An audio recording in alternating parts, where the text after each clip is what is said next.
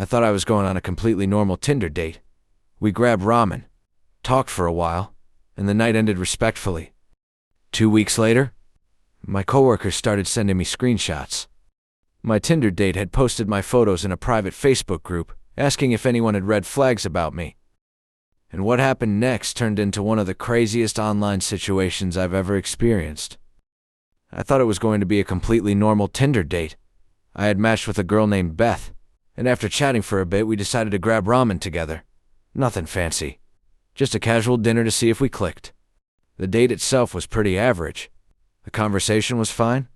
The vibe was relaxed. And there weren't any obvious red flags. After dinner, we went back to my place to watch some TV for a bit. And that's when the night took a turn I didn't see coming. Out of nowhere, Beth told me she had herpes. She looked extremely nervous when she said it, like she expected me to immediately throw her out of my apartment. But I didn't. We hadn't kissed. We hadn't hooked up. Nothing physical had happened at all. So instead of making it awkward, I tried to handle it like an adult. I told her it was okay, ran out to grab some ice cream, served it in disposable bowls just to be safe, and we finished the night watching TV. Eventually, I walked her out to her car, wished her well, and figured that was probably the last time we'd see each other. And honestly, I thought I handled the situation pretty respectfully. 2 weeks later, Beth texted me saying she didn't think we should talk anymore, which was fine with me.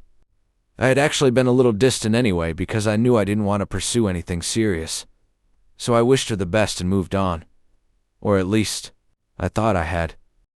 About a week later, my phone started going crazy. Friends were messaging me. People I hadn't talked to in months were sending screenshots. Even one of my coworkers asked me what was going on. When I opened the screenshots, my stomach dropped.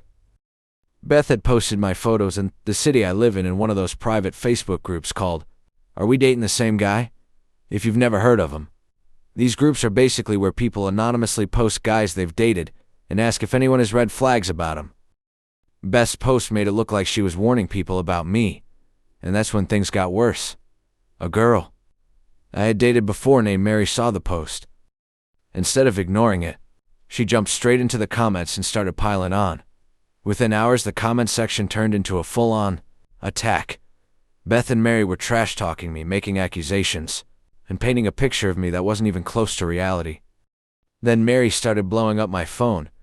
She was calling me every name you can imagine and telling me I needed to go get tested immediately because Beth had herpes. And the craziest part?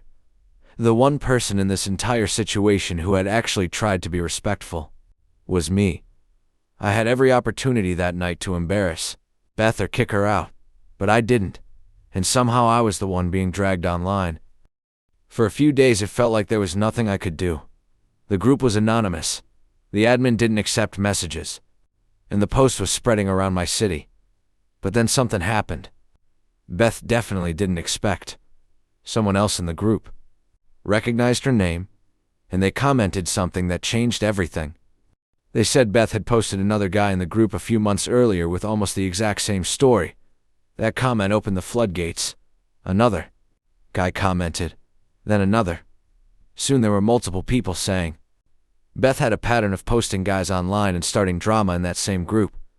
People began asking questions. Screenshots started showing up.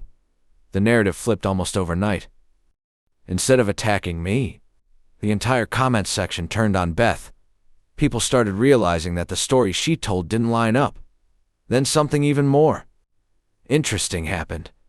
Someone pointed out that Beth never mentioned in the post that she had herpes, which meant she was trying to publicly ruin someone's reputation, while conveniently leaving out the biggest detail of the entire situation. And Mary, the same person who had been trash-talking me the loudest, she quietly deleted every single comment she made. Within a few hours, Beth's entire post disappeared. No explanation, no apology, just gone. The same internet mob she tried to turn against me had completely flipped on her. All because the truth finally caught up. And the craziest part is, I never had to get revenge. All I did was treat someone with basic decency. And in the end, karma handled the rest. Sometimes the internet tries to destroy the wrong person, but when the truth finally comes out, karma does the rest. What would you have done in this situation? Kick her out immediately, or try to be respectful like I did?